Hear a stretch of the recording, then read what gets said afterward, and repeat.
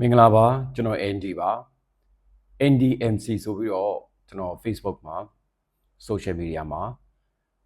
MC လုပ်ပါတယ် host လုပ်ပါတယ် panel တွေမှာ talk show တွေမှာကျွန်တော် panelist အနေနဲ့ or moderator အနေနဲ့ or ကဏ္ဍအသီးသီးလိုက်ကျွန်တော်တာဝန်ယူပြီးတော့ဆောင်ရွက်ပေးပါတယ်ဒီခုကျွန်တော် sharing လုပ်ပေးခြင်းတဲ့အရာကတော့ကျွန်တော်တို့အခုဆိုလို့ရှိရင်ဒါသတင်းကြုတ်ပတ်ဝန်းကျင်တို့နောက်တစ်ခါဒီကျောင်းတွေမှာ graduate ပေါ့နော် graduation ceremony မှာ graduate တွေကို host လုပ်ပေးတဲ့ခါကြလို့ရှိရင်ကျောင်းတွေမှာinternational school တွေမှာကျောင်းသားကျောင်းသူတွေဟာသူတို့ကျောင်းအတွက်ကိုသူတို့ပြန်ပြီးတော့ကိုစားပြုပြီးတော့ host လုပ်ပေးနေတာတွေ့တယ် MC လုပ်ပေးနေတာတွေ့ပါတယ်အဲ့လိုမျိုးပဲနောက်တက်လာတဲ့ဒီ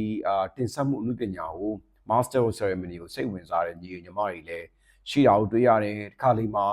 ရုံးနေသက်ဆိုင်ရာ corporate office တွေမှာသူတို့ဘာသူတို့ in house MC နဲ့ budget အနေထားပဲဖြစ်ဖြစ်ပေါ့တခုပေါ့နော်အဲ့လိုမျိုးတွေပြန်ပြီးတော့သုံးလာတာကိုတွေ့ရပါတယ်ကျွန်တော်တို့လာမဲ့ဒီ new generation MC ညီညီမတွေကျွန်တော်တပည့်လည်းအများကြီးရှိပါတယ်အဲ့တော့သူတို့ကျွန်တော်ပြောပြလေးရှိတာဘာလဲဆိုတော့စင်မော်တက်ပြီးတော့စကားပြောပြီးဆို even teaching ပေါ့ကျွန်တော် background ကအဓိက teaching ကလာပါတယ်ဆိုတော့စကားတွေပြောပြီး topic တစ်ခုကို delivery လုပ်ပြီးဆိုတဲ့အခါမှာဘယ် subject ကအရေးကြီးဆုံးလဲဆိုတော့ communication ပါ we are communicating with the audience we built a very good communication system တစ်ခုကိုကျွန်တော်တို့ကတိစောက်ကပါတယ်အဲ့တော့ဘာကိုဆိုလိုချင်တာလဲဆိုတော့ communication system ရဲ့သဘောတရားအရာကျွန်တော်တို့စကားပြောပြီးဆိုရင်ပိတ်သက်ကနားလည်ဖို့လိုပါတယ်ကိုယ်တိုင်းလည်း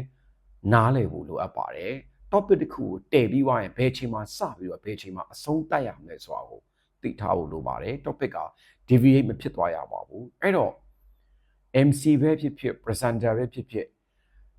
ကျွန်တော်တို့ကျောင်းပဲဖြစ်ဖြစ်ရုံးပဲဖြစ်ဖြစ်တကယ် corporate events တွေမှာပဲဖြစ်ဖြစ်စင်မော်တက်ပြီးစကားပြောမယ်ဆိုလို့ရှိရင်အရေးကြီးဆုံးက clarity လိုပါတယ်တည်ကြည်ပြတ်သားပြီးတော့ကိုပြောတာကိုရှင်းလင်းဖို့လိုပါတယ်ကိုပြောတဲ့ topic ကိုပိုင်နိုင်ဖို့လိုပါတယ် topic ကိုပိုင်နိုင်တော့လဲပဲ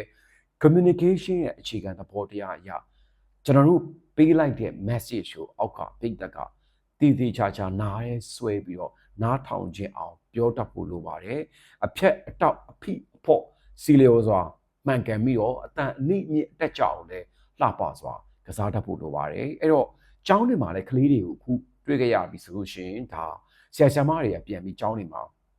ကလေးတွေကို train နေတာတွေ့ရပါတယ်ဒီချိန်မှာဘာလေးတွေ train သင့်လဲဆိုတော့ကလေးတွေကို communication ရဲ့သဘောတရားအရာကိုတည်တည်ချာချာ train သင့်ပါတယ်လို့ကျွန်တော်ဒီနေ့အနေနဲ့ကြံပေးချင်ပါတယ် thank you all we'll see you in